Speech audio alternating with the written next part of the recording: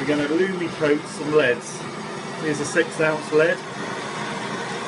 Don't heat it for very long. I've got the powder paints just there. I've got a white, a green and a blue Lumi. You have to do a base coat of white first, but it takes seconds.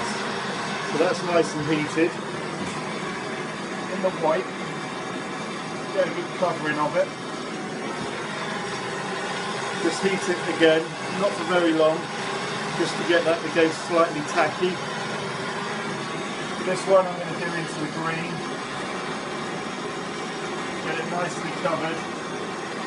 Nice and roll around in the paint. You do have to clean off around the eye for the link.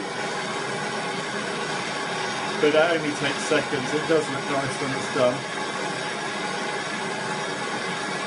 And that one will dry nicely, nicely luminous. I've got another one here. I'm going to do it in the blue.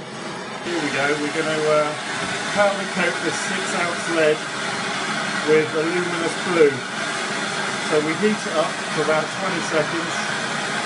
Heat it too much, it'll start to melt, so we don't want it to melt.